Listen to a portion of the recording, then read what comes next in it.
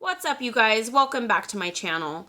So today's video is definitely sparked by eating disorders. I want to be totally transparent with you guys and let you know I have battled an eating disorder for 17 years of my life.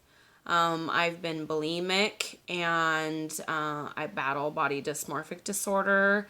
I don't know how to portion. I overeat, meaning binge. And then I purge, which is disgusting and foul, and it's really, really embarrassing for me to admit, but I want to be real with you guys because something is so sad that so many women are affected by eating disorders. I was at work 2 nights ago and I actually caught a young girl. She had to have been 12 or 13 years old, and she was in the bathroom purging, and then she came out and her friend was with her. They were both in the bathroom stall, and she was just like, I ate way too much effing food. And she's like laughing about it when I knew exactly what was going on because I've been there. I've done that. And it's a really, really sad thing. And I really want to help you guys with identifying it and with trying to get past the mental problem with that as quickly as possible, because I've battled it for 17 years and there's phases where I don't do it for a really long time, and then it's just like I'll do it for a couple of days straight or a week straight. And the best way that I can describe an eating disorder for those of you who do not know anything about it is an addiction. So I want you to think of it as where a normal person could say, well, just don't eat too much food, or don't do this or don't do that. It's not that simple, and it's really frustrating for somebody like me to be told something like that. That's like telling, an opiate addict, well, just don't go use opiates. It's not that simple. And it's really frustrating too. And I want to let you guys know that are a little bit insensitive to it is you do have to treat it like a normal addiction. I get triggered all the time when my family's like, well, are you going to go barf that up? Or stuff like that that's so insensitive and so inconsiderate. And it's so offensive. And anyone who is on here watching this video that battles an eating disorder, you know exactly what I'm talking about. It is so offensive when people are like, well, just don't eat that much or just don't do this. It's not that simple.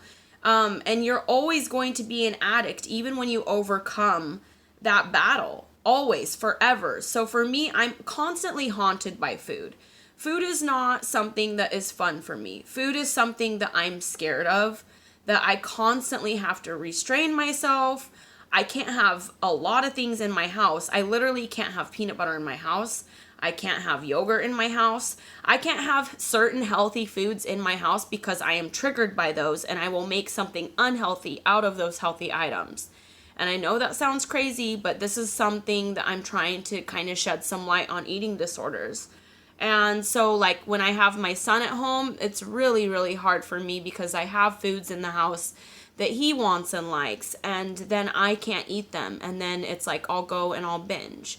So a lot of things that I kind of just want to bring some light to it and let you guys know too that you're not alone in this. And I don't know if I'm ever going to fully get better and if I'm ever going to overcome this. And it really scares me sometimes. I mean, I just relapsed recently, and I had done really, really good for, over a month, and I was so proud of myself. And then I relapsed just like a drug addict does. And the guilt and the shame and like I'm so scared that I'm gonna gain weight from that. It's just terrifying. And whereas people with drug addictions, and I'm not trying to say that, I'm not trying to talk badly about anyone who has any type of an addiction, but the bad thing with a food addiction is that we have to eat to survive. It's constantly around. It's around everywhere. I'm constantly triggered. I'm constantly, well, I can't have this. I can't go there. I can't do this. I can't eat that. I can't do this. And so it's really, really upsetting. If you guys only knew the mental torment that people go through, the best way to describe it is like most people have a healthy relationship with food where they kind of just, eat what they want whenever they want, and they pace themselves, or, when they're full, they stop. people with eating disorders, it's not that simple. Like I said, you're like a war in your brain constantly with calorie counting and portion sizes and only eating specific things. For me, it's a battle that I don't know if I'm ever going to be okay, because in order to look a certain way, I have to do certain things, and it's a win-lose. If I want to look a certain way, I have to give up all of these things that I enjoy, where you're literally like, you hate your diet, you hate yourself, you hate where you're, what you're doing, but then you're getting the results. But then it's like, when you're eating and enjoying yourself and having more of a balance, you hate what you look like. So it's really, really hard for me to balance. And I know there's a lot of women out there that are battling this same disorder. And something else that I want to shed some light and be 100% with you guys is, I know a lot of people who don't go to the gym and aren't in the fitness industry. You look at those women and you look at those men too, like, wow, their bodies are amazing. I wish I looked like that. I wish I had that. Let me just tell you something. It's not always what it seems, because I'm willing to bet you 95% of people in the fitness industry have severe eating disorders, have body dysmorphic disorder. The problem with bodybuilding is when you're putting your body through all of that, all of the workouts and all the dieting and exercising.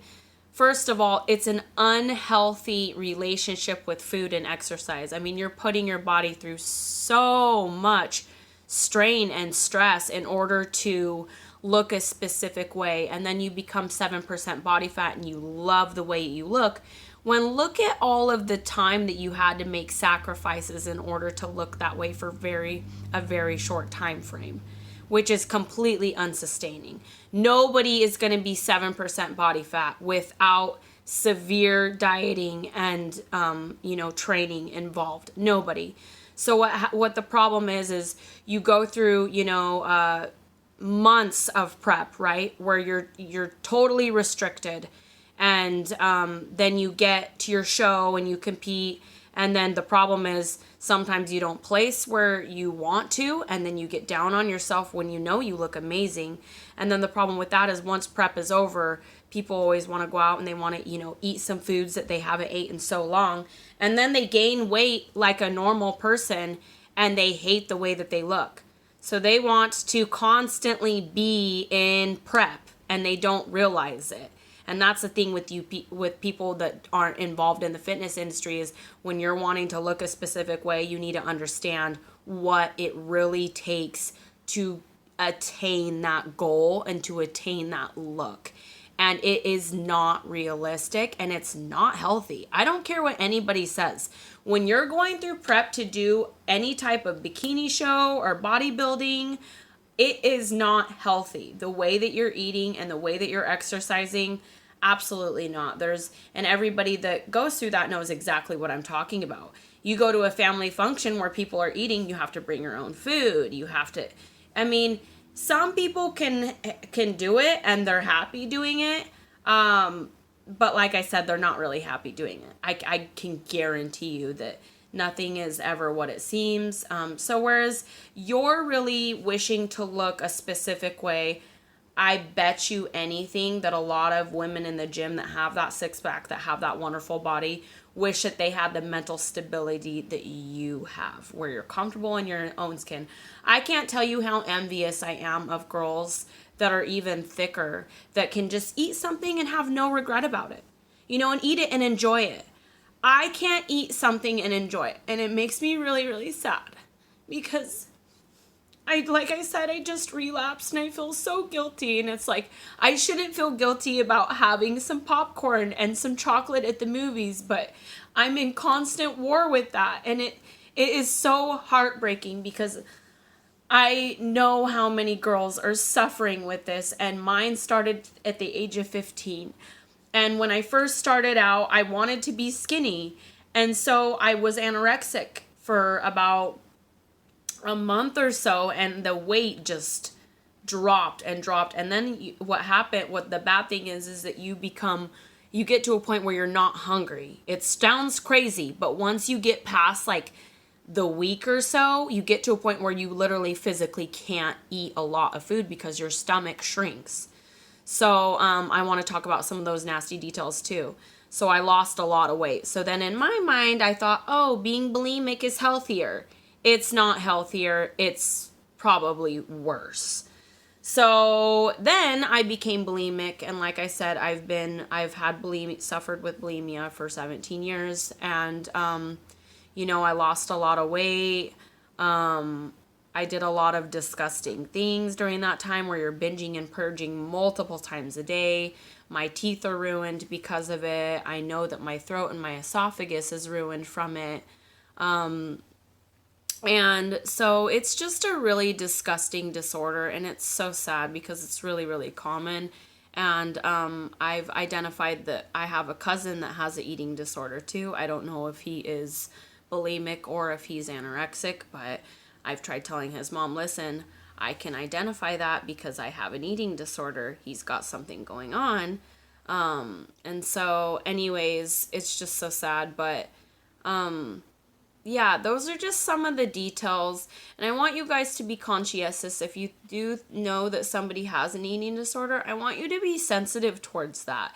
And I need you to know that people with eating disorders are triggered just like people that are drug addicts. You can't just look at a recovering alcoholic if you're sitting at the dinner table and be like, well, are you going to go drink later? You're not going to go drink, are you? Well, you probably shouldn't drink, or you probably shouldn't look at that, or, like, you can't say those things. Just like you can't say comments to a person with an eating disorder. You just can't. You can't say, or are you going to go barf it up, or, you can have a piece of this as long as you're not going to go throw it up, or, like, those kinds of things, it sounds harmless, but it's so inconsiderate. And it's embarrassing. Something that, I'm embarrassed about my eating disorder, just like everyone is embarrassed about their eating disorder that has one. It's embarrassing. It's not something that, you're proud of by any freaking means. But I want to let you guys know to please get help as soon as you can. And please know that you have to find a balance with enjoying yourself and looking a specific way, and finding something that's sustaining for you. Even people that like overly diet and then they go back to eating normal. You have to find something. If you have a goal weight, right? Reach that goal weight and then find a diet that is sustaining, meaning something that you know that you can do. That way you don't put on all this extra weight when you stop it. And something else that I want to shed light is the keto diet. Is so many people are doing the dirty keto, and I know you probably haven't heard that term, but the dirty keto diet is where you're eating the butter, the egg yolks, the cheese, the bacon, the meats. That is bad. Anybody could look at that and say, that doesn't sound very healthy. That's because it's not. What a lot of people don't know about the keto diet is you can do it in a version of clean called the vegan keto diet, which is healthy fats, avocado, nuts, vegetables. You're using like coconut oil on your stuff instead of butter. So there is a healthy way to do keto. But like I said, try to find a diet to where you feel good and you know that you can sustain that. Because if you do something that is totally you're miserable doing it, you're going to fail. I'm just telling you right now, you're going to fail. And what happens is, like I said, you might be successful in your results at first, but then what happens when you don't want to diet anymore and you go back to your eating habits? You're going to gain that weight and then some. So find something that it's like, okay, well, this is, a healthy balance of something that I think I can maintain in order, like I said, to reach your goals. But always keep your mental stability in the back of your mind. If you're miserable all the time, like I am constantly, you have to face that. With me, like I said, in order to look a specific way, unfortunately, I have to eat a specific way, and I hate the way that I eat. I'm hoping that someday I'm able to find something to where I have a good balance with, maybe having a cheat meal once a week. Even then, I'm triggered.